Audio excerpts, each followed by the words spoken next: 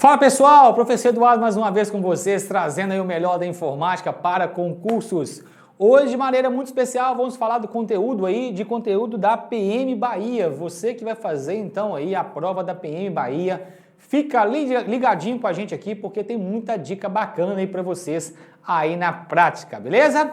Pega o papel, caneta, pega alguma coisa para poder anotar. Não deixe de anotar as dicas, beleza, gente? Então vamos lá, vamos falar muita coisa aqui sobre você, sobre computação em nuvem, vamos falar sobre outros detalhes aqui mais e conteúdo que está aí no seu edital. Bora lá então para a nossa primeira pergunta aqui na prática, vamos lá. No que se refere à computação em nuvem é correto o que se afirma em? Então vamos ver. Uma desvantagem, vou fazer com vocês o seguinte, olha, vou fazer pausadamente aqui por etapas e falando se está certo ou está errado, para a gente poder ter uma dinâmica aqui melhor nas questões aqui que a gente vai fazer, tá bom? Então vamos lá. Uma desvantagem para a empresa que utiliza os serviços em nuvem é o aumento da complexidade da manutenção da infraestrutura de hardware necessária ao armazenamento e acesso aos dados da empresa que estão armazenados na nuvem. Não, gente, isso aqui justamente é o contrário, né? Então isso aqui está errado, né? Porque não é uma desvantagem você, na verdade isso aqui é uma vantagem de você não precisar então ter ou gerenciar a parte toda de infraestrutura, a parte de manutenção. Se a sua empresa tem problemas e não tem pessoas de TI para poder dar manutenção, por exemplo, naquilo que está sendo armazenado na nuvem, você pode contratar um serviço da nuvem que é o próprio fornecedor do serviço vai fazer toda essa gestão aí para vocês, sem problema nenhum. Então isso aqui fala que é uma desvantagem para a empresa que utiliza o serviço em nuvem, é o aumento da complexidade da manutenção? Jamais, é justamente para poder facilitar esse processo de manutenção, uma vez que você não vai precisar ter mais aí toda a parte de infraestrutura de servidor, de armazenamento, de backup e vai jogar isso tudo para a nuvem fazer para você. Fica muito mais fácil, então, você poder fazer manutenções, porque isso aqui está na nuvem, a infraestrutura já é deles. Então, eles controlam e podem controlar isso para vocês, ok? Então, portanto, essa alternativa está errada. Letra B, vamos ver a letra B aqui agora. O usuário é sempre responsável pela realização de backup e de armazenamento seguro dos seus dados. Olha, o usuário é sempre responsável pela realização de backup? Não. Olha, toquei nos dados corretos, né? E o armazenamento seguro dos seus dados? Jamais. Se você está contratando um serviço em nuvem, não é o usuário que vai ficar com a responsabilidade aqui da realização de backups. Isso é a própria nuvem que está preocupada com isso. Imagine se você colocar, por exemplo, lá, contratar um serviço em nuvem e a parte, todos os seus dados estão na nuvem, você se preocupar com backup? Não, quem vai preocupar com backup é o próprio serviço de nuvem que vai fazer isso para você, né? Então, isso também está errada. E a parte de segurança também, armazenamento seguro dos seus dados, quem vai preocupar com a parte de segurança, se os seus dados vão estar bem armazenados, não tem possibilidade, por exemplo, as pessoas hackear ou roubar os seus dados, é responsabilidade do pessoal da nuvem. Ele tem essa parte de segurança deles que vão estar embutidas aí para vocês. Então isso aqui está errado também. Letra C que agora, toda nuvem é obrigada a disponibilizar para os usuários o acesso ao hardware físico. Presta atenção, isso também está errado. Por quê, professor? Olha, toda nuvem é obrigada a disponibilizar para os usuários o acesso ao hardware físico? Não. Você, quando faz um serviço de nuvem, você não sabe. O que é o hardware físico, gente? É aquele servidor físico que você vê ele. Né? O servidor físico, o acesso físico é você acessar fisicamente aquele servidor. Então, o que eles te dão é o número do IP, o número do DNS, aí você vai ter acesso, então, àquele servidor. Mas agora, onde que ele está fisicamente, você não consegue ter acesso a isso. Né? Você pode até ter acesso ao IP, ao endereçamento daquele servidor. Mas o hardware físico, aonde ele está, você não vai ter acesso, porque às vezes essas empresas colocam servidores espalhados pelo mundo afora, hein? Tem servidores, por exemplo, a Google utiliza muitos servidores delas na nuvem, que inclusive está no mar, em alto mar. Né? Então isso existe hoje na prática. Então como é que você vai ter acesso fisicamente àquele servidor? Isso aqui não é uma característica aqui que a gente utiliza na prática, né? Então isso aqui está errado. Letra D. Uma das vantagens para a empresa que utiliza o serviço em nuvem é de a redução de custos com manutenções e com consumo de energia elétrica. Opa! Essa aí com certeza é a nossa resposta correta, porque é uma vantagem muito grande hoje. As empresas, então, que utilizam os serviços de nuvem, elas de fato têm uma redução de custo com manutenção e com consumo de energia elétrica. Justamente o contrário que nós falamos aqui em cima sobre manutenção, né? Que ele está falando que é uma desvantagem você contratar um serviço em nuvem, porque aumenta aqui a complexidade da manutenção. É justamente o contrário. Se você contrata um serviço em nuvem, você está reduzindo o custo com manutenção de que forma, professor? Eu reduzo o custo de manutenção de um DBA ou uma pessoa de TI para poder ficar gerenciando, por exemplo, aquele meu servidor. Às vezes não é uma pessoa só. Aí eu tenho a pessoa do banco de dados, eu tenho a pessoa da internet, eu tenho a pessoa do backup, tem uma pessoa... tem uma equipe, na verdade, para poder fazer essa gestão, então, ali, acontecer dos meus dados. Então, eu vou ter que ter um custo para poder remunerar essas pessoas para poder trabalhar dentro da minha empresa. Quando você joga isso para a nuvem, você reduz esse custo com manutenção, porque você não vai ter isso aí acontecendo. E até mesmo a manutenção que eu falo, gente, não só de pessoas para poder fazer o processo da gestão ali acontecer, mas também o processo de problemas que podem acontecer. Imagina um servidor desse, por exemplo, queimar uma placa, queimar um HD, queimar um outro tipo de placa ou queimar outra coisa daquele servidor ali, você vai ter que fazer uma manutenção naquilo, contratar uma pessoa para poder vir fazer a troca, né? Você vai ter um custo para poder fazer isso, né? Então, na nuvem você não tem esse custo. Esse custo fica todo por responsabilidade daquele fornecedor de nuvem ali para você, tá? Então, você faz redução de custos com manutenção, sim. E é lógico, o consumo de energia elétrica, por você não ter aquele consumo mais, de ter aquele equipamento dentro da empresa, você fazer o consumo de energia elétrica dela, né, daquele equipamento, gerar energia para poder aquele equipamento ficar ligado. E não só energia para poder o equipamento ficar ligado, mas é a parte de refrigeração também, manter ar-condicionado em temperatura baixa, para que aquele computador, aquele servidor, ele não possa esquentar, não possa desligar. Você vai ter que ter vários tipos de refrigeração acontecendo ali, se por acaso der problema no ar-condicionado, né, você tem que ter um outro plano de contingência para aquilo entrar em ação. Então você tem que gastar com essa parte de infraestrutura maior do que você colocar isso aqui na nuvem, né? Então você tem sim redução de consumo de energia elétrica, tanto da máquina, que o uso da máquina, quanto também da parte de refrigeração daquela máquina que vai estar presente se por acaso você estivesse usando presencialmente a sua empresa, né? Então, isso aqui está correto. Vamos ver a letra E aqui, só para a gente poder ver o porquê que não estaria correto, né? Nesse modelo de computação, a empresa que utiliza os serviços nuvem deve ser sempre informada sobre a localização geográfica exata do armazenamento de seus dados.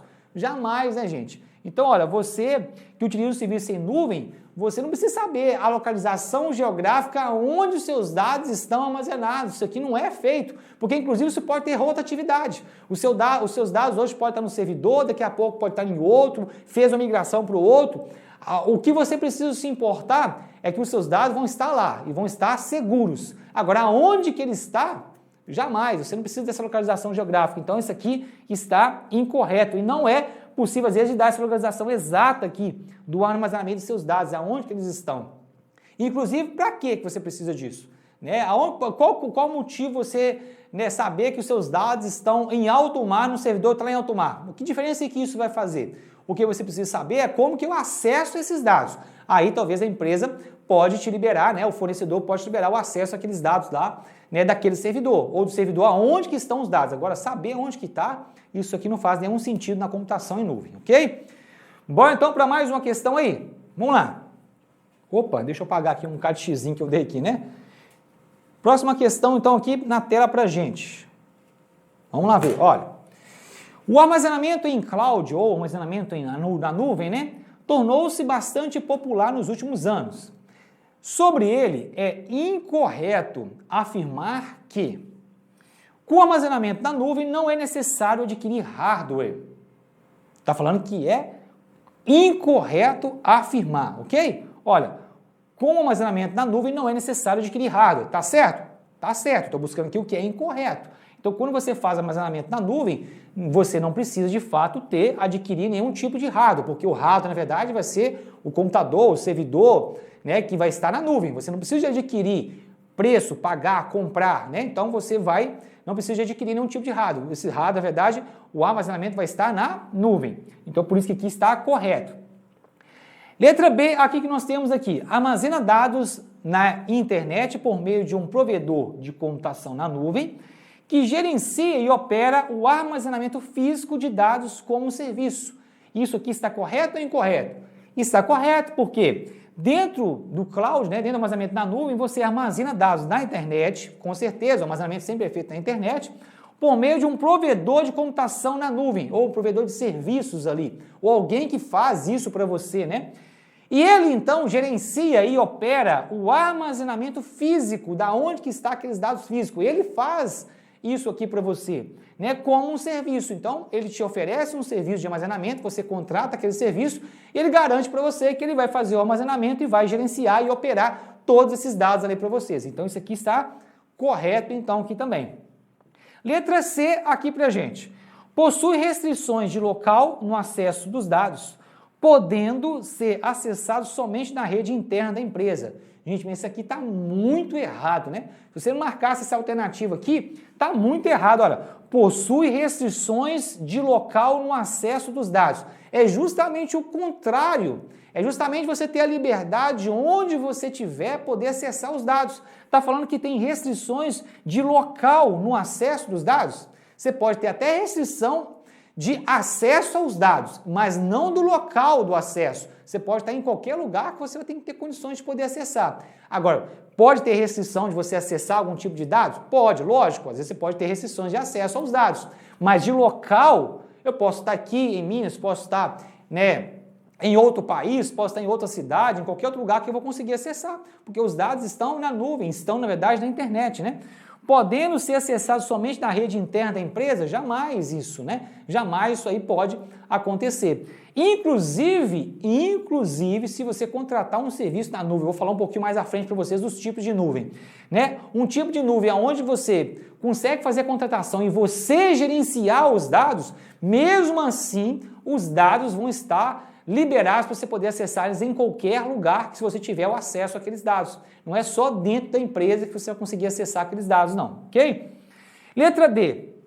É útil, pois nem sempre é fácil estimar a quantidade de armazenamento que você precisará. Exatamente, isso aqui está correto, né? Porque quando você faz um serviço de contratação de nuvem, de cloud, né, de armazenamento em nuvem, o que que muitas pessoas estão querendo trazer também quando faz o serviço de contratação? Por exemplo, imagine que você quer armazenar alguns dados da sua empresa, só que você não sabe qual que é o tamanho, por exemplo, do HD que você tem que comprar para poder fazer aquele armazenamento de dados. E outra pergunta que você se faz, por exemplo, tá bom, vou comprar um HD deste tamanho, mas aí quanto tempo eu vou ter que, daqui a quanto tempo eu vou ter que comprar outro? Eu posso fazer uma estimativa de crescimento dos dados, etc., mas eu preciso fazer esse processo. Então aqui com o serviço da nuvem, você contrata o serviço para poder armazenar os seus dados, mas você não precisa ficar estimando daqui quanto tempo tem que comprar outro HD. Por quê? Você vai armazenando então à medida que se é necessário. Então estimar a quantidade de armazenamento que você precisará, você não precisa, né? Você nem sempre é fácil estimar a quantidade que você precisa de armazenar. E você não precisa nisso um serviço da nuvem. Por quê?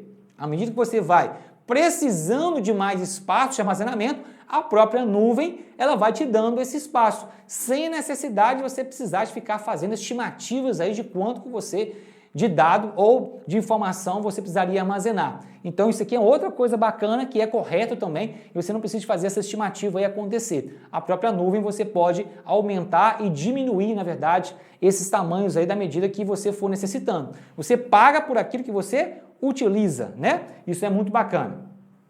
Seguindo então aqui com mais uma questão aí para vocês. Olha, vamos lá. Mais uma questão. Na computação em nuvem, ou cloud computing, né? Que mudou a visão de pessoas físicas e jurídicas acerca de recursos de tecnologia da informação, o modelo que oferece um ambiente sob demanda para desenvolvimento, teste e gerenciamento de aplicações de software é denominado. Então vamos lá grifar algumas coisas aqui, ó. O modelo que oferece um ambiente sob demanda para o desenvolvimento, teste e gerenciamento de aplicações de software. Isso aqui é importantíssimo você entender esses detalhes aqui. Letra A, infraestrutura como serviço, que é IaaS, Big Data como serviço, BDAs, letra C, software como serviço, que é o SaaS, letra D, plataforma como serviço, que é o PaaS, ou letra E, dados como serviço, que é o DaaS. Qual seria a alternativa correta, qual que é o modelo correto aqui que você iria utilizar em cima dessas características? Gente, anote isso que eu vou falar para vocês aí. Todas as vezes que você estiver vendo um enunciado que está falando, então, que você vai ter um modelo onde vai oferecer, por exemplo, aquele modelo oferece o quê?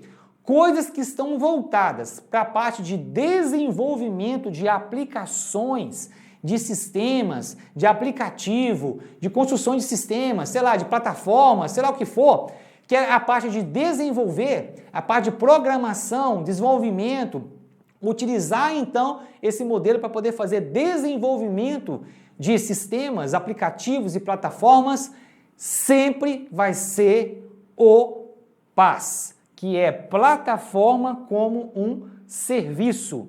Plataforma como um serviço. São recursos que você tem na nuvem que vão ajudar um programador, por exemplo, a fazer um bom desenvolvimento. Então ele vai usar programa para poder desenvolver o código dele, ele vai usar na nuvem programas para poder testar aquela aplicação, aquele aplicativo dele, vai usar, por exemplo, na nuvem para poder programas para poder fazer gerenciamento, por exemplo, dos processos que ele está fazendo dentro daquele software, dentro daquele aplicativo, por exemplo.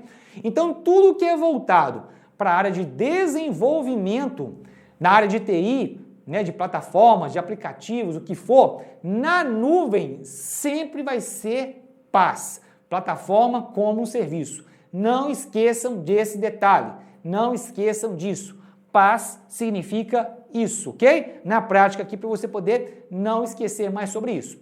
Eu não vou falar sobre os outros aqui porque a gente vai ver mais questões aqui, à medida que as questões vão aparecendo, eu vou te dizendo o que significam os outros aqui também, beleza?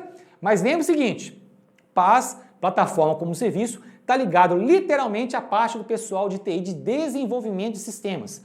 É o recurso que eu utilizo de programas na nuvem para poder fazer desenvolvimento de sistemas, ok? Então vamos lá, para a próxima pergunta aqui então, olha. Opa, deixa eu apagar aqui também que risquei algumas coisas aqui na questão anterior, né? Vamos apagar aqui para a gente poder fazer essa próxima aqui agora. Próxima questão para a gente aqui, olha. O pacote de programas Microsoft 365, que é uma versão online da suíte de aplicativos para escritório / produtividade da Microsoft Office, focado no trabalho colaborativo, simultâneo, de uma grande equipe e na segurança, se enquadra no seguinte tipo de serviço da nuvem. Tipo de serviço ou modelo de serviço é a mesma coisa, tá? Vamos lá, IaaS, PaaS, SaaS, EaaS ou CaaS. Então vamos ver lá então, para você poder entender. Olha, literalmente aqui, PaaS não é, porque não está falando nada aqui sobre recurso que você utiliza para poder você fazer o desenvolvimento aqui de aplicativos, plataformas, de sistemas que eu acabei de mostrar para você na questão anterior. Então não é um PaaS.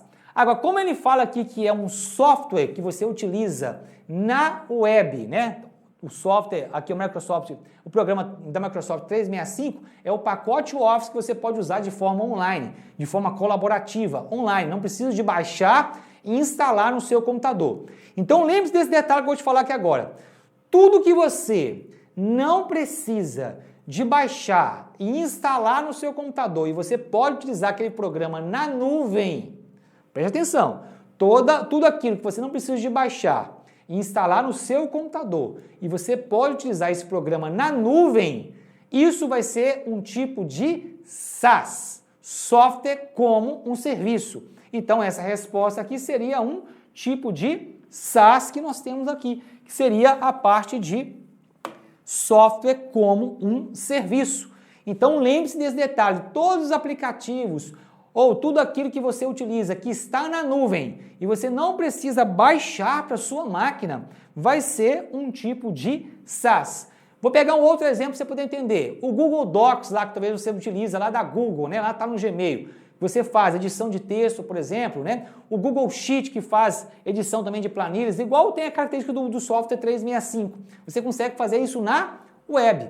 ou algum tipo, por exemplo, de ferramenta que você utiliza para você poder fazer construção, por exemplo, de design. Ah, quero fazer, por exemplo, lá, sei lá, como se fosse uma ferramenta Photoshop, por exemplo, você poder fazer tratamento, por exemplo, de imagem, alguma coisa assim. Esse software está na web, você consegue acessar ele na web, na nuvem, sem precisar de baixar. Esse aí é um tipo de SaaS também. O que você não pode confundir aqui, gente, tem que ficar muito bem claro que, preste atenção nesse detalhe, todo PaaS, todo software que é um PaaS, ele é um SaaS também. A diferença básica entre eles é que um é voltado para a área de desenvolvimento de sistemas e outro é voltado para a área de outras coisas que você quiser. Né? Então, olha, professor, mas aquele software que você falou anteriormente aqui, que o pessoal lá da programação, os programadores estão utilizando para poder desenvolver os sistemas, ele não é um tipo de SaaS?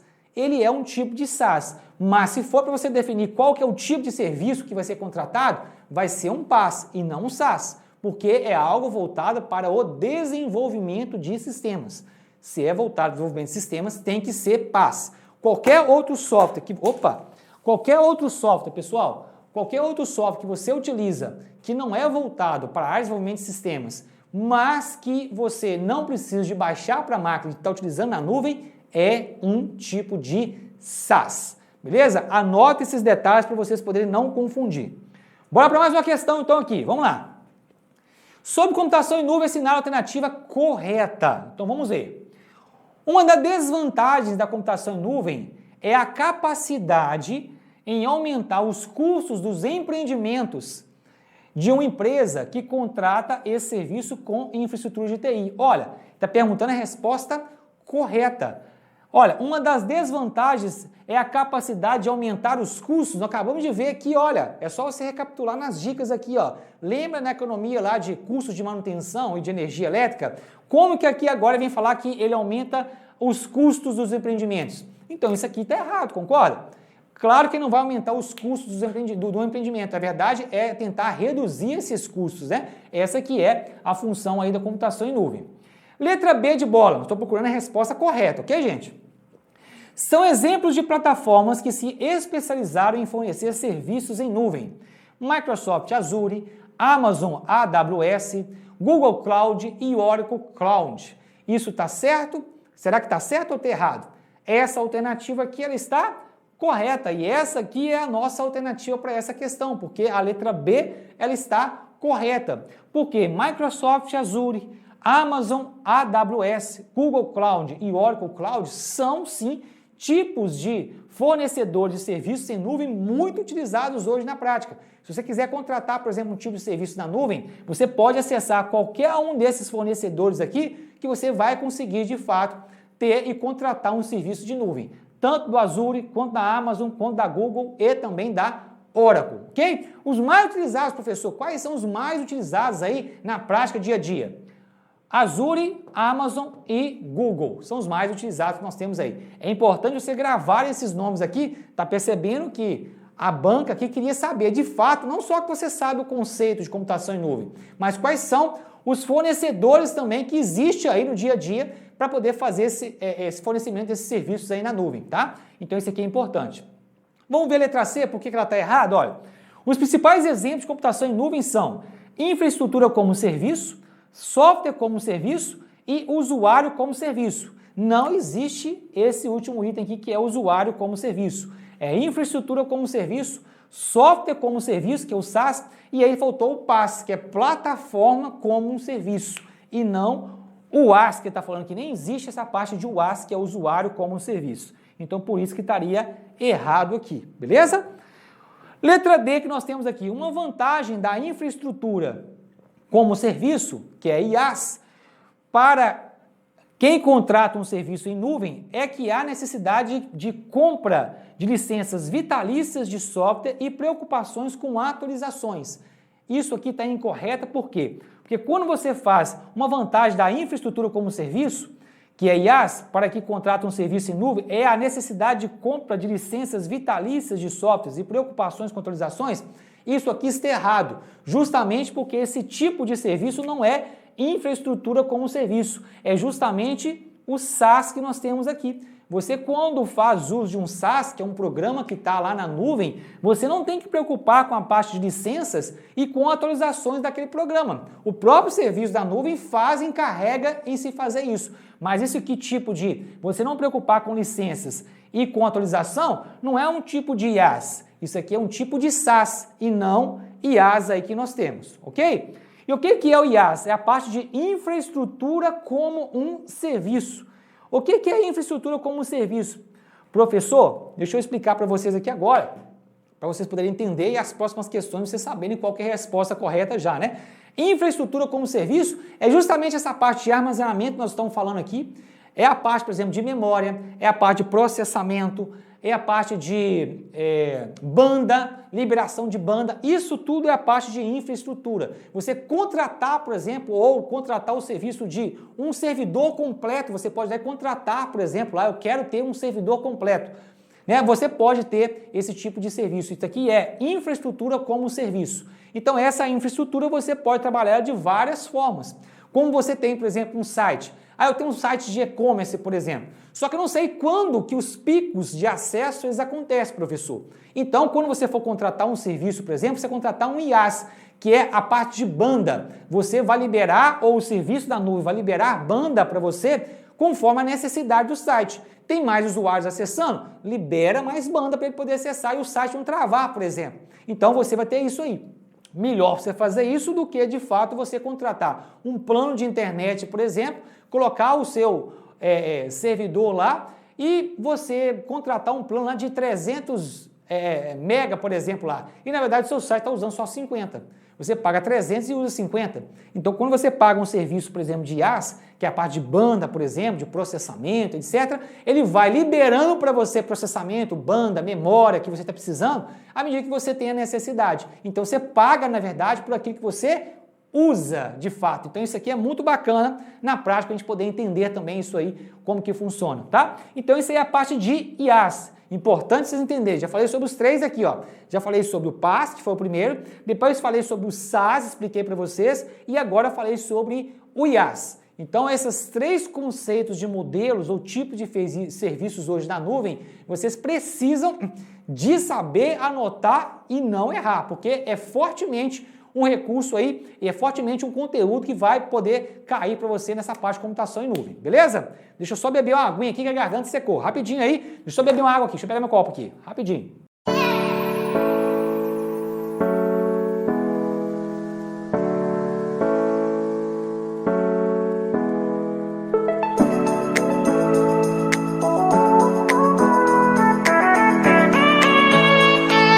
E aí galera, tudo bom com vocês? Meu nome é Gabriel Santos, sou daqui de Água Formosa, sou policial penal, fui um dos primeiros alunos do Davi, do Monster, lá no começo, quando tudo começou.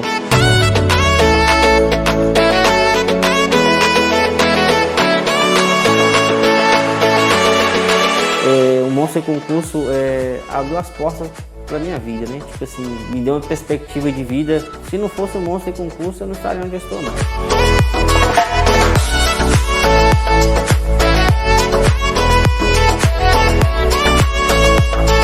Assim, devo muito, né, à equipe, porque igual eu não sabia nada, não tinha conhecimento nenhum de direito.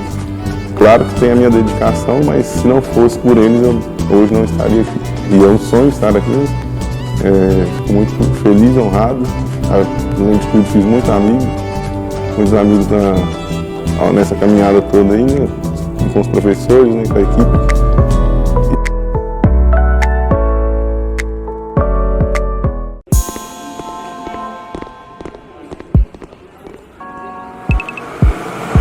Ô Robson, vai assistir o que hoje?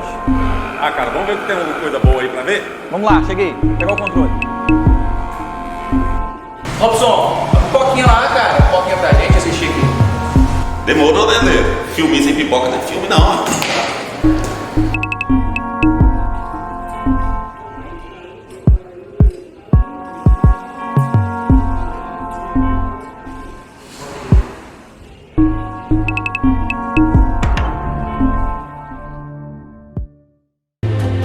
There's no doubt our attractions will drive kids out of their minds. Grandpa! We're gonna make a fortune with this place. Calma, Robson, isso não é o que você está pensando. Isso é a maior plataforma gratuita para concurso público do Brasil, o Monsterflix, meu querido.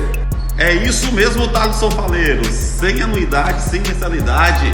Simples assim e de graça, moleque. Olha, é só acessar www.monsterflix.com.br, cara. Vamos lá. Olá, Robson. Bem melhor que futebol. Aulas gratuitas, atualizadas, com os melhores professores do Brasil e ainda mais, tudo de graça, filho, gratuito.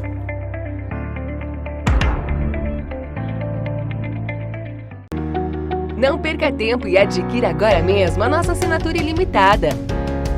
São vários conteúdos para você mudar de vida em 2021. Acesse agora www.monsterconcursos.com.br ou fale conosco através das nossas redes sociais. Aqui é Monster, tudo nosso e nada deles.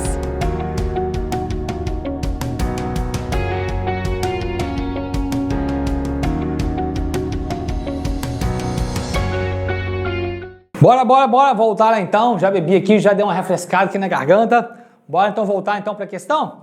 Show de bola? Entendido aí? As questões aqui? Paz, SAS e AS, não esqueça desses conteúdos aí. Para mais uma questão então, vamos ver se você entendeu mesmo aqui então. Olha lá, olha.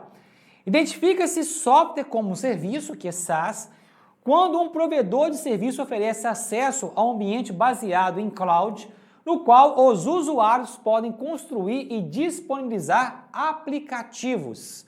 Certo ou errado? Preste atenção no detalhe que eu já falei para vocês. Olha, oferece acesso a um ambiente baseado em cloud ou baseado na nuvem, até aí ok, no qual os usuários podem construir e disponibilizar aplicativos. Falei para vocês lá, certo ou errado? Isso está errado. Por quê? Construir e disponibilizar aplicativos, plataformas, sistemas não é SaaS. Isso aqui é PaaS. A responsabilidade disso é PaaS. PaaS é plataforma como serviço. Então, para você poder construir e disponibilizar aplicativos, você vai ter que usar o PaaS e não o SaaS. Lembrou aí agora? Lembrou do conceito? Tá vendo como que as questões podem aparecer para vocês aí, gente? E vocês precisam de entender os conceitos para que vocês não errem na hora da prática, ok? Então vai anotando isso aí para você poder não se perder no número de dicas que nós estamos te dando. E aí é lógico, cada vez que nós vamos passando então para outras questões, vai ficando mais fácil o entendimento se você estiver anotando e entendendo, porque aí vai ficar mais simples você poder responder as próximas questões, ok? Vamos lá para mais uma questão aí para vocês, ó. Uma característica da computação em nuvem ou cloud computing é, vamos lá, ser funcional somente a organização que possui um data center bem projetada, dimensionado e construído. Olha o que a questão está falando aqui para vocês. Está falando então que a pessoa, que é uma característica de computação em nuvem, ela na verdade ser funcional somente aquela organização que possui um data center. Data center é um centro de dados, uma estrutura na verdade de dados, né? Bem projetada, dimensionado e construída? Não, mãe. É justamente atender aquelas que não têm essa estrutura, essa infraestrutura, para poder dar condições daquelas empresas, né, que não têm essa infraestrutura poder colocar os seus armazenamentos na nuvem. Então isso aqui está completamente errado, né? Letra B. Intensificar a possibilidade de uso abaixo ou acima da carga de processamento estimada. Olha, isso aqui tem a ver com o que eu acabei de falar para vocês aqui agora anteriormente sobre IaaS.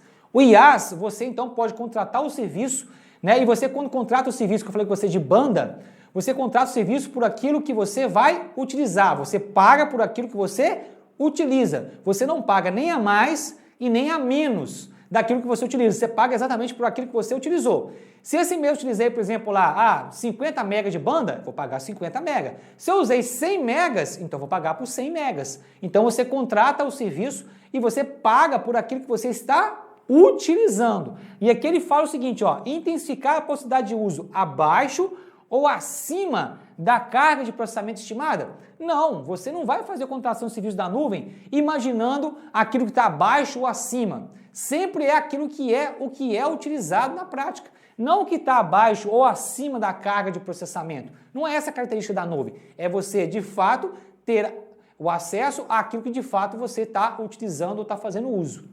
Não é uma carga abaixo ou acima, então está errado também. Letra C que nós temos aqui agora. Aumentar a necessidade de aquisição de ativos de TI. O que são ativos de TI, gente? São computadores, hardware, servidor, servidor de backup. Isso aí são ativos de TI que ele está falando aqui. Está falando que a característica de computação em nuvem é justamente você aumentar essa aquisição de ativos de TI. E está completamente errado essa situação. Não é você aumentar os ativos de TI, é justamente diminuir esses ativos de TI. E o ativo de TI é a parte toda de infraestrutura que eu estou falando, né? E também infraestrutura tanto da parte de computadores, de hardware, vamos dizer assim, e também ativo de TI que são pessoas, para poder fazer aquela gestão também de acontecer. Isso também são ativos de TI, ok? Então estaria errado também. Letra D, ser um serviço oferecido do modelo pague pelo uso. Opa, acabamos então de falar que a ideia da nuvem é você pagar por aquilo que você usa, aquilo que você utiliza, aquilo que você armazena. Então essa aqui é a nossa alternativa correta, com certeza, né? Ser um serviço oferecido no modelo pague pelo uso. E é isso mesmo que é uma das características da nuvem que nós temos aqui na prática. E letra E, por que está errado? Ó, elevar os custos em energia elétrica e climatização para acomodar a nuvem? Jamais, se está na nuvem, justamente é o contrário, né? Você não vai ter custo nem com energia elétrica e nem com a parte de climatização daqueles servidores que vão estar ali na nuvem. A responsabilidade disso fica para o fornecedor. Beleza? Vamos ver então mais uma questão aí na tela para a gente. Olha, armazenamento em nuvem ou cloud storage é um modelo de armazenamento de arquivos online que permite que você mantenha seus dados sincronizados com todos os dispositivos, tais como tablets, smartphones, notebooks e desktops. Essencialmente, os dados ficam armazenados em um servidor seguro e todas as alterações realizadas em qualquer um dos seus dispositivos são propagadas para os outros sincronizados nesse servidor, desde que os mesmos estejam conectados à internet, logicamente, né? Como é que você vai sincronizar se você não está conectado à internet, né? Aí ele pergunta agora, o armazenamento cloud pode ser feito aonde? O armazenamento em nuvem pode ser feito aonde? Item 1, nuvem pública. Item 2, nuvem comunitária. Item 3, nuvem privada. Item 4, nuvem híbrida. Isso aqui ele está perguntando, estão corretas o que está? Letra A, 1, 2 e 3. Letra B, 1, 2, 3 e 4. Letra C, 2 e 4. Letra D, 2, 3 e 4. Letra E, 1, 2 e 4. E está falando o seguinte, o armazenamento em cloud pode ser feito em qual desses tipos de nuvem aqui que ele está te falando? Em todas? Né? Em algumas? Qual que é a alternativa que você vai escolher então para essa questão? Letra A letra B, a letra C, a letra D ou a letra E. Qual que seria a alternativa correta que nós teríamos então para essa questão? Seria a alternativa letra B. Todas essas aqui são sim tipos de armazenamento em cloud ou armazenamento em nuvem. O que você precisa de entender aqui é a característica de cada uma delas aqui para você poder não se perder, ok? Nós temos lá nuvem pública. O que é a característica de nuvem pública ou o armazenamento em cloud em nuvem pública? Primeira característica que você precisa de entender é que os dados vão estar públicos. Geralmente os dados são públicos, ou seja, o acesso pode ser feito por várias pessoas àquelas informações que vão estar numa nuvem pública. Se você pegar, por exemplo, a Monster, parte dos dados dela, ou algumas coisas, por exemplo, como isso aqui, por exemplo, que você está assistindo agora, é algo que está numa nuvem pública, porque o acesso está liberado para qualquer pessoa acessar esses dados aí que você está nos assistindo. Então, tem alguns lugares dentro da Monster Concurso que os dados estão restritos, vão estar numa nuvem privada, porque só tem acesso àqueles dados que estão ali, são pessoas que têm uma credencial, por exemplo, poder acessar. Então, os dados estão na nuvem, mas não está liberado para todo mundo acessar. Numa nuvem pública, voltando aqui agora à nuvem pública, geralmente os dados estão públicos e outro detalhe importantíssimo para você poder anotar e agora também. Geralmente quando você contrata um serviço de nuvem pública, você então está contratando um serviço ou aqueles fornecedores que a gente falou lá atrás, a questão anterior lá, eles que vão fazer o gerenciamento para vocês dos serviços que forem oferecidos. Lembra que eu falei com vocês? Eles vão gerenciar o backup, o armazenamento, a parte de segurança, a parte dos dados, Tudo isso aqui vai ficar por conta do fornecedor da nuvem.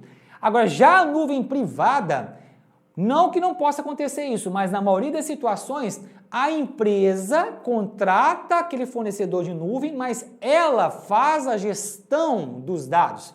Então não fica na mão do fornecedor fazer o gerenciamento do backup, fazer a parte da segurança, fazer a parte do armazenamento, fazer a parte de processamento, liberação de memória. Isso tudo, às vezes, quando você está acessando uma nuvem privada, muitas empresas, elas utilizam o próprio pessoal dela de TI para eles poderem fazer, então, essa gestão desse recurso que está na nuvem. Então, a empresa vai lá dentro daqueles fornecedores que nós tínhamos lá atrás, a Amazon, a Google e etc., e faz a contratação de um serviço, ou seja, ele faz a contratação de um servidor, de um IaaS, por exemplo, que é um servidor onde vai ter a parte de armazenamento, de memória, processamento, etc.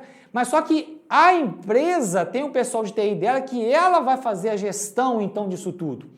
Então, geralmente, não é uma coisa absoluta, só para você poder entender, mas geralmente é uma pessoa ou uma empresa, quando ela contrata um serviço em nuvem ou um armazenamento cloud em nuvem, na verdade, ela que faz a gestão desse armazenamento e não os próprios fornecedores. E aí, os dados em si, eles ficam privados também. Só acessa aqueles dados quem tem ali liberação para poder acessar. O exemplo que eu dei para vocês O exemplo que eu dei para vocês aqui da Monster. Alguns dados, alguns vídeos, igual você está assistindo aí, eles estão liberados para qualquer pessoa acessar. Está numa nuvem pública. Outros, eles estão numa nuvem privada, que só pode ter acesso se você tiver, de fato, uma credencial para você poder ter acesso aos outros vídeos aqui que nós temos aqui dentro dos nossos concursos, ok? E aí nós temos também outro que nós chamamos de nuvem comunitária. O que é a nuvem comunitária, professor? Nuvem comunitária é quando várias empresas ou organizações, por exemplo, elas se reúnem e elas querem compartilhar dados em comum, seja entre elas próprias, ou seja, entre os públicos que eles têm. Então, eu posso pegar, por exemplo, várias empresas aí, né, que a Monster, por exemplo, tem algo em comum, juntar essas empresas e falar assim, vamos criar uma nuvem comunitária? Então, todos os dados, por exemplo, que a Monster disponibiliza, aquela outra empresa, por exemplo, ela vê também, a outra, por exemplo, vê, a outra vê, por quê? Estão dentro de uma mesma nuvem comunitária. Empresas que têm o mesmo objetivo em comum, né? Às vezes compartilhar dados, compartilhar informações. E agora a forma que esses dados vão ser compartilhados, se vai ser restrito ou se vai estar aberto, aí vai depender então de como você for montar a nuvem comunitária, da forma que você quiser, deixar o dado liberado, os usuários vão poder ter acesso, vai estar restrito somente às pessoas que estão dentro dessa nuvem comunitária, outros que estão fora não conseguem acessar, então você pode fazer isso. Mas lembrando, nuvem comunitária é reunião de várias empresas ou organizações que têm, por exemplo, lá algum objetivo comum para poder serem compartilhados ali entre elas, beleza? E nós temos a nuvem híbrida.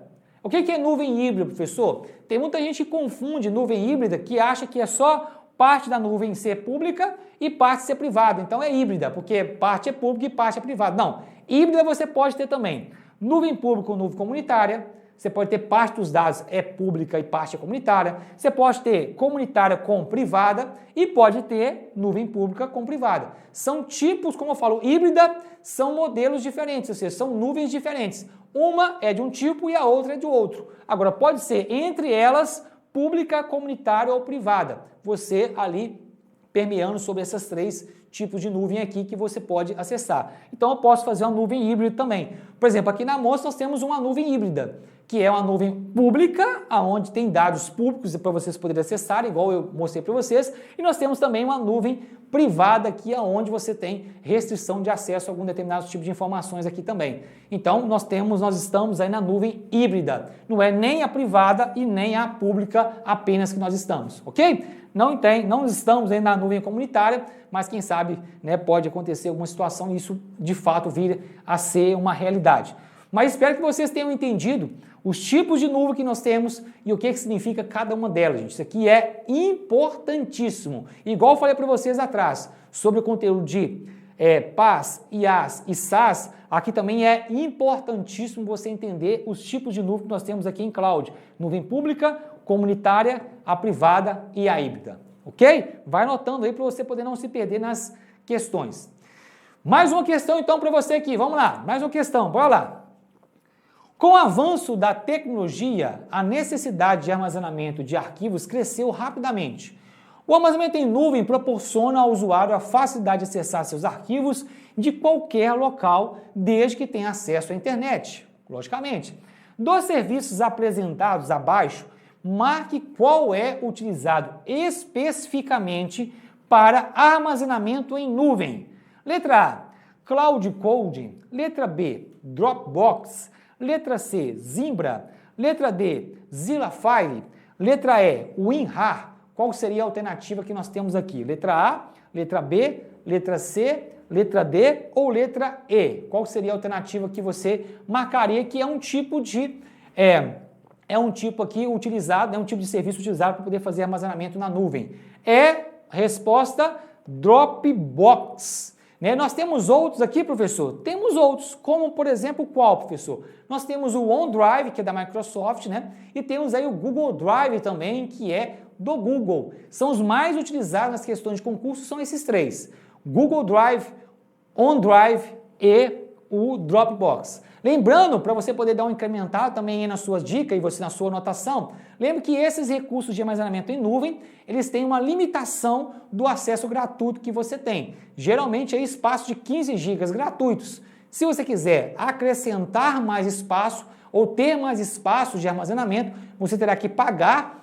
para você poder ter mais espaço do que 15 GB aí na prática, ok? Isso aí é super importante também para você poder pegar. Tem outros tipos, professor? Tem, por exemplo, o Mega Drive, eu gosto muito do Mega Drive, né? O iCloud também é outro que nós temos também, que é bem bacana, né? O Mega Drive, por exemplo, tem um armazenamento maior, é de 20 a 25 GB que você tem, que você pode colocar também arquivos, por exemplo, e compartilhar esses arquivos com quem você quiser também.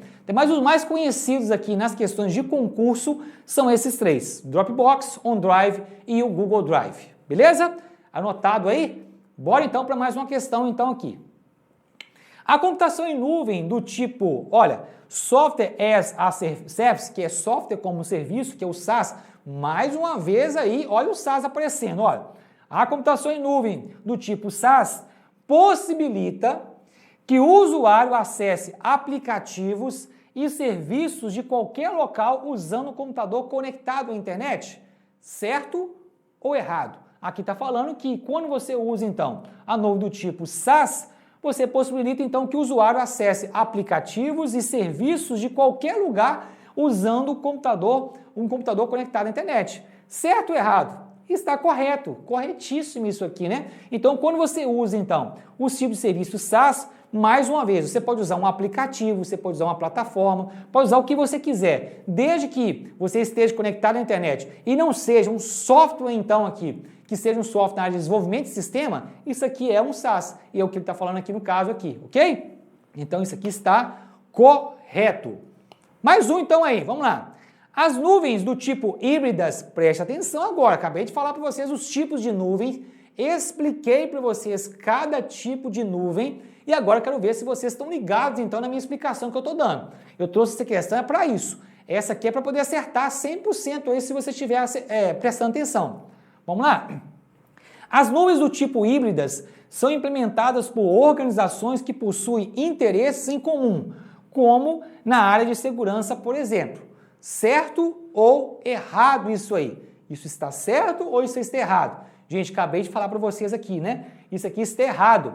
Quem tem, né, ou possui interesse em comum é o quê? As nuvens comunitárias. Olha, que liga várias organizações com interesses em comum. Falei para vocês anteriormente aqui na questão. A nuvem híbrida, combinação de nuvem pública e privada e a parte da nuvem comunitária, se você tiver. A privada, olha, restrita a um público de uma instituição ou de uma empresa, por exemplo, né, que você tem, e a pública pode ser acessada por qualquer um. Já falei, expliquei para vocês aqui na questão anteriores aqui sobre isso. Então fica ligado nas dicas e perceba para você poder ver, isso aqui não é o professor Eduardo trazendo e criando questões para você, isso aqui é questão de bancas que já aconteceram sobre este conteúdo. Então só para você poder ver qual que são os formatos e a forma de questão que a banca pode estar trazendo para você dentro da prova que você for fazer, beleza? Vamos seguir aqui com mais uma questão? Tomar uma aguinha aqui rapidinho, ó. Vamos lá, mais uma. Bom, agora vamos mudar então um pouco o foco. Vamos lá para a parte da internet, vamos ver algumas questões aqui voltadas para a parte da internet, ok? vimos a parte de computação em nuvem, vamos ver algumas questões agora voltadas para a parte de internet. Os navegadores ou browsers são programas de computadores que oferecem a interface para que usuários possam ter contato com páginas da internet ou websites. Não é a função básica de um navegador. Olha, o armazenamento no computador de uma imagem exibida por uma página na internet no computador não é. É claro que isso aqui é, gente, porque você armazenar uma imagem, tudo que você acessa, você fica registrado no seu histórico. Então, se você acessou uma página, por exemplo, a imagem, o conteúdo, os arquivos da página, elas ficam armazenadas na sua máquina e com lá no histórico. Então, isso aqui é verdade e é função sim do navegador. O acesso a uma página na internet, quando se digita o endereço dessa página na barra de endereço. É lógico que também é uma outra função do navegador, que você, quando digitar aqui um endereço lá dentro do browser do navegador, ele te leva a uma página da internet. Com certeza é função do navegador fazer isso também. Letra C. O armazenamento do endereço de um website como favorito para que ele possa ser acessado com mais facilidade posteriormente. Claro, todos os tipos de navegadores, gente, eles te permitem você salvar ali aquele endereço, por exemplo, que você está acessando como favorito, para você depois poder voltar e utilizar aquilo novamente, sem ter que precisar de decorar, por exemplo, qual aquele link ou qual aquele site que você acessou, você poder fazer isso, ok? E letra D, a exclusão do histórico de navegação e outros registros que ficam no navegador após o acesso à internet, também, você também tem essa possibilidade de poder fazer o quê? Excluir a parte de histórico de navegação e outros registros aqui, com certeza, de acesso à internet que você fez, né? Os arquivos, os endereços que você acessou, você consegue excluir sim do seu histórico ali de navegação, consegue fazer essa exclusão tranquilamente. Bom, só sobrou então a letra E aqui, que é a nossa resposta correta, olha. O envio e recebimento de e-mails usando os protocolos SMTP e POP3. Então, o navegador, ele não tem a função de enviar o e-mail. A função de envio e recebimento de e-mail não é função do navegador. Isso aqui, ó, quem envia e recebe é o serviço de e-mail e não o navegador. Serviço de SMTP, de enviar uma mensagem, e serviço de POP ou POP3, né, ou IMAP, de receber mensagem, isso não é papel do navegador. Isso é papel, na verdade, do serviços de e-mail. Hoje nós temos serviços de e-mails que têm essa característica e ele vai fazer essa função de poder enviar e poder receber ali os e-mails. Não é papel do navegador fazer isso, beleza? Mais uma questão então aí para vocês na tela, olha. Os navegadores de internet possuem um recurso onde é possível navegar e o navegador não realiza um armazenamento de dados de sua seção de navegação, incluindo cookies, arquivos de internet temporários, históricos e outros dados. Isso aqui é importantíssimo você gravar. Ele está falando aqui, olha, que os navegadores, eles têm um recurso onde você não é possível, né, visualizar, por exemplo, lá o armazenamento dos dados, a seção, o histórico, aonde você acessou, o que você acessou. Eles têm um recurso disso, né, de não poder mostrar esse tipo de detalhe. Está certo ou está errado? Isso aqui está muito certo, né? E para você poder entender, os navegadores que nós temos aí, que é o Internet Explorer, Microsoft Edge, esse recurso se chama navegação in private. Lá no Mozilla Firefox, esse recurso se chama navegação privativa e lá no Google Chrome, esse recurso se chama navegação anônima. E aí, para você poder acessar, então, através da tecla de atalho, quando você está lá no navegador, se você pressionar Ctrl Shift mais P na verdade, você pressionar Ctrl Shift mais P tanto para o Internet Explorer, Microsoft Edge e o Mozilla Firefox, você vai acessar esse recurso desses navegadores. E aí, para você poder, né, acessar o recurso no Google Chrome, é Ctrl Shift mais N. Você não pode perder isso de vista. É importante você saber o que é, qual o recurso que os navegadores possuem, que é esse que foi mostrado na questão, saber quais que são os nomes desses recursos em cada navegador, que eu mostrei para vocês aqui, e também saber qual que é as teclas de atalho para poder acessar esse recurso em cada navegador. Porque as questões de prova para você, gente, ela pode vir de várias formas. Então, estou te dando aqui todas as possibilidades disso aqui acontecer. O conceito, o nome e a tecla de atalho em cada navegador aqui, então, como que isso acontece. Isso é importantíssimo. Uma coisa que você não pode perder de vista é o seguinte: professor, então tá bom, se eu acessar esse recurso aqui, nada fica gravado, ninguém pode ver? Ok, nenhum usuário comum ele pode ver o que você acessou. A única pessoa que pode ver o que você acessou quando você estiver acessando esse recurso aqui, nesses navegadores aqui, qualquer um deles, vai ser o seu provedor, então, de internet. Ele sim consegue ver aqueles acessos que você fez. Tá? Mas um usuário comum, você chegou numa empresa, sentou no computador, fez o acesso, qualquer um desses recursos aqui, ninguém vai ficar sabendo o que você acessou, o que você fez, aonde você acessou, os dados históricos não vão ficar armazenados, nada disso vai ficar armazenado, tá? Então fique tranquilo. Vamos mais uma questão então aí na prática, olha. Os navegadores de internet, os browsers, recebem de alguns sites e armazenam temporariamente no computador alguns arquivos de dados contendo informações relevantes para o funcionamento dos mesmos. A eles chamamos de vírus, worm, buffer, cookie ou spyware. Então, quando a gente fala de armazenamento temporário do computador de alguns arquivos, esses arquivos se chamam cookies, gente. São pequenos arquivos de textos que guardam as preferências dos usuários. Isso não é malicioso, não confunda cookie com programa malicioso, está guardando e está armazenando aquilo que você está digitando para poder usar isso aqui contra você. Às vezes, quando você preenche um formulário, o seu login, sua senha do seu e-mail ou de algum lugar que você acessa, e você deseja salvar, lá nos cookies ele está armazenando então essas informações para poder facilitar a sua vida. Vai preencher um formulário de novo, tem lá nome, CPF, aí tem, por exemplo, lá o endereço, ele vai armazenar aqueles dados que você já preencheu em algum outro formulário para poder facilitar a sua vida. Não é querendo roubar informações de vocês que eles vão fazer isso aqui, ok? Então, cookies é inofensivo, beleza? Vamos para mais uma questão então aí para vocês poderem visualizar comigo, olha. Existem programas que são adicionados por alguns sites aos navegadores de internet, provendo novas funções aos mesmos. São chamados de aplicativos, cookies, plugins, softwares ou spyware. Ó, cookies aqui está eliminado, que eu acabei de falar para vocês o que são cookies, né, gente? Aplicativos, plugins, softwares ou spyware são o que nós chamamos de plugins. Você hoje no navegador você pode instalar vários plugins para poder facilitar a sua vida.